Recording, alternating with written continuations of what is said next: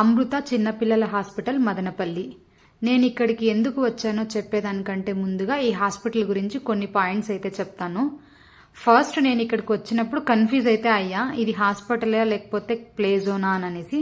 మళ్ళీ అక్కడ నర్సు ఆయమ్మ ఉంటే వాళ్ళకి అడిగితే లేదు ఇది హాస్పిటల్ అని చెప్పారు.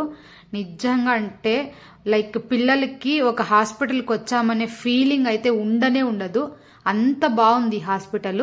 యాక్చువల్గా చిన్నోడికి ఫీవర్ వస్తూ ఉంది, ఎక్కడ చూపిస్తే బాగుంటుంది తొందరగా క్యూర్ అవుతుంది అని అడిగితే వేరే వాళ్ళైతే ఇక్కడ ఈ సార్ పేరు గోపీకృష్ణ అని అనేసి వీళ్ళని అయితే సజెస్ట్ చేశారు.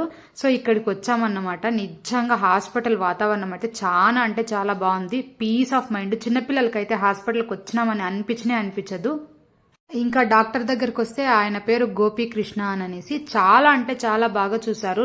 ఆయన రూమ్ లో కూడా ఆల్మోస్ట్ పిల్లల బొమ్మలే ఉన్నాయి.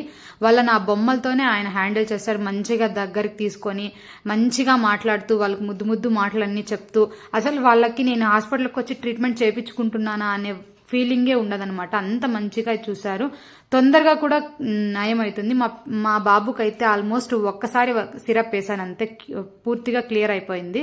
నిజంగా ఎవరైనా చిన్నపిల్లలు ఏమైనా ఇష్యూస్ అయ్యి హాస్పిటల్కి పోవాలి అని అనుకుంటే నేనైతే ఫస్ట్ ఈ హాస్పిటల్ అయితే సజెస్ట్ చేస్తా. మదనపల్లిలో హాస్పిటల్ డీటెయిల్స్ కావాలంటే గూగుల్ క్రోమ్లోకి పోయి అమృత హాస్పిటల్ అని సర్చ్ చేస్తే వస్తాయి. లేకపోతే hope municipal high school opposite లో మీకు ఒక పెట్రోల్ బంక్ వస్తుంది. దాని లెఫ్ట్ సైడ్ లో ఒక చిన్న దారి ఉంటుంది అనమాట. దాని లోపల వెళ్ళినామంటే మీకు హాస్పిటల్ అయితే కనిపిస్తుంది. అంతే ఈ వీడియో. Bye bye.